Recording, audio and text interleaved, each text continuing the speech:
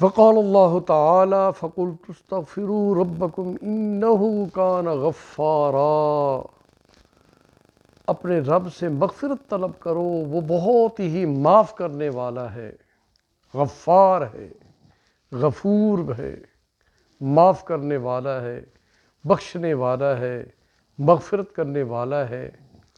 اس لیے تم اللہ سے مغفرت طلب کرو، وہ تمہارا مولا ہے، تمہارا مالک ہے، وہ تمہارا داتا ہے، تمہیں پیدا کرنے والا ہے۔ اس سے معافی مانگو، معافی مانگنا اللہ کو بہت پسند ہے۔ اس گنہگار سے اللہ کو بہت محبت ہے جو اللہ سے معافیاں مانگتا رہتا ہے۔ اللہ سے معافی مانگی، استغفر اللہ ربی استغفر اللہ ربی، فقط اتنا ہی کہتے رہیں، فقط اتنا ہی کہنے سے اللہ آپ کو اپنا ولی بنا لیں گے، اپنے دوستوں میں شامل کر لیں گے۔ استغفر اللہ ربی من کل ذنب واتوب الیہ۔ امام احمد بن حنبل رحمۃ اللہ علیہ کا واقعہ آتا ہے کہ حضرت ایک سفر پہ روانہ ہوئے، چلتے چلتے آپ کو ایک ہوٹل نظر آیا، کھانے کی غرض سے وہاں ٹھہرے۔ نان بائی جو روٹیاں لگا رہا تھا، آپ نے جو غور سے اس کو دیکھا، وہ روٹیاں بھی لگا رہا تھا اور استغفار بھی کر رہا تھا۔ اس کی زبان سے مسلسل استغفر اللہ ربی استغفر اللہ ربی کا جملہ جاری تھا، اور روٹیاں بھی لگا رہا تھا۔ تو حضرت اس کے پاس جا کر بیٹھ گئے۔ وہ نہیں جانتا تھا کہ کون ہے۔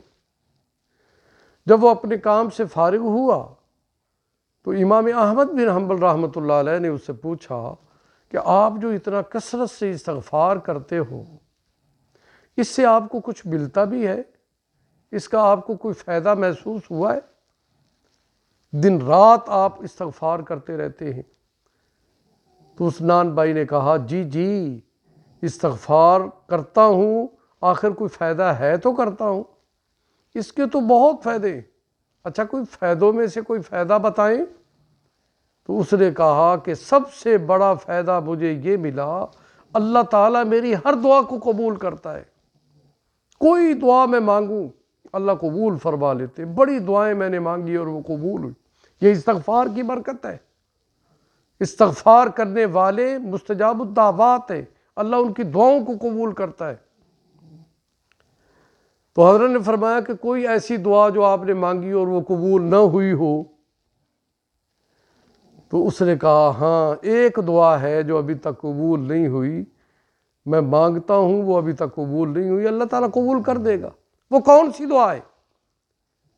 تو وہ کہنے لگا کہ میں نے یہ دعا بھی کی تھی، اللہ مجھے امام احمد بن حنبل کی زیارت کرا دے۔